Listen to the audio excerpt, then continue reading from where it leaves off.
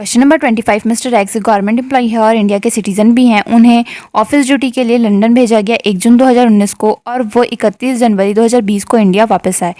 वहाँ लंदन में रहने के टाइम पे उन्हें सैलरी और कुछ अलावेंस मिली हैं, जिसका इन्फॉर्मेशन यहाँ पे दिया हुआ है।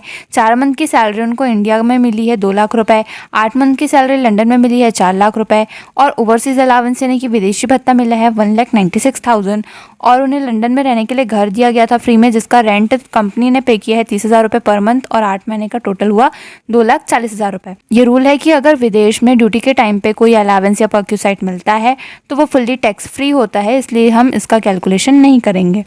इसके अलावा उनके 8 मंथ की सैलरी उन्होंने पूरी तरह से खर्च कर दी लंदन में और कुछ भी इंडिया वापस लेके नहीं आए हैं। उनका एक हाउस है दिल्ली में जिसमें वो खुद रहते हैं और जब वो लंदन पे थे तब उनकी वाइफ और उनके बच्चे उस हाउस में रहते थे, यानी कि वो हाउस उनका सेल्फ ऑक्यूपाई है। उस हाउस का रेंटल वैल्यू है 60,000 रुपये, म्यूनसिपल टैक्स वो पे कर रहे हैं 9,000 रुपये और ग्राउंड रेंट पे कर रहे हैं 1,000 रुपये। तो हमें पता है कि सेल्फ ऑक्यूपाई हाउस में सिर्फ इंटरेस्ट ऑन लोन का कैलकुलेशन होता है और किसी चीज़ का नहीं, तो क्योंकि यहाँ पे इंटरेस्ट ऑन लोन नहीं है इसलिए एचपी का कैलकुलेशन नहीं होगा। उन्हें सेविंग बैंक से इंटरेस्ट मिल रहा है 30,000 रुपये। उन्होंने 20,000 रुपये दान दिया है चैरिटेबल इंस्टीट्यूट में जिसमें सेक्शन 80G अप्लाई होता है। हमें कंप्यूट करना है उनका total income. Computation of total income. Salary in India है उनका 2 लाख रुपए, सैलरी इन लंदन था 4 लाख रुपए।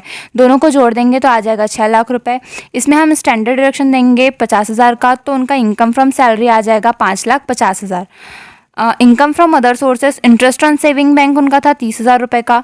जब अपन दोनों को प्लस कर देंगे तो आ जाएगा 5,80,000 जो उनका ग्रॉस टोटल इनकम होगा। अब हम डिडक्शन देंगे under section 80C to 80U। Donation, क्योंकि वो 20,000 का डोनेशन था और इसमें 50% तक लिमिट है, तो यहाँ पे 20,000 का 50% आ जाएगा 10,000 रुपये। और इंटरेस्ट ऑन सेविंग बैंक, इसमें लिमिट होता है कि इंटरेस्ट ऑन सेविंग बैंक में सिर्फ 10,000 तक का ही डिडक्शन मिलता है, उससे ज़्यादा का नहीं, तो यहाँ पे सिर्फ 10,000 का डिडक्शन मिलेगा। तो ग्रॉस टोटल इनकम था 5,80,000। इसमें से जब अपन 10,000 और 10,000 माइनस कर देंगे तो टोटल इनकम आ जाएगा 5,60,000 रुपये। Question number 26। मिस्टर ए ने अपने फैक्ट्री की सारी मशीनरी मई 2019 में 4 लाख रुपए में बेच दी है। हमें उनका टोटल इनकम कैलकुलेट करना है। उसका इन्फॉर्मेशन यहाँ पे दिया हुआ है। कॉस्ट ऑफ मशीन अप्रैल 2011 तक था 3 लाख रुपये का और उन्होंने एडिशनल मशीनरी खरीदी है 2015 में 50,000 रुपये का। उनका 2011 से सेल करने के डेट तक रिपेयर का कॉस्ट था 50,000 रुपये। डेप्रिसिएशन अलाउ हुआ है डिडक्शन के लिए 2 लाख रुपये का और मिस्टर ए के अदर बिजनेस का इनकम था 1,20,000 रुपये, तो उनका टोटल इनकम होगा। Computation of total income. PGBP income from business था 1,20,000 रुपये का।